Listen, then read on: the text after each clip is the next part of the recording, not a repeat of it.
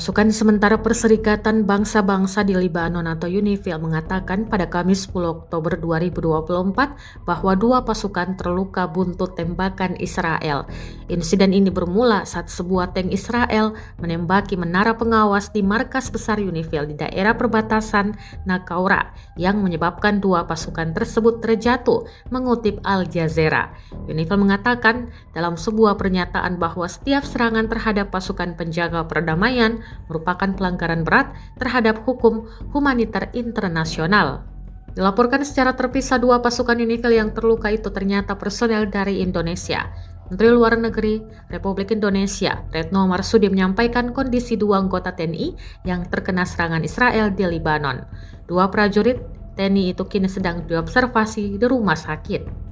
Keduanya mengalami luka ringan namun masih berada di rumah sakit untuk melakukan observasi, ucap Retno di Vientiane, Laos pada Jumat 11 Oktober 2024.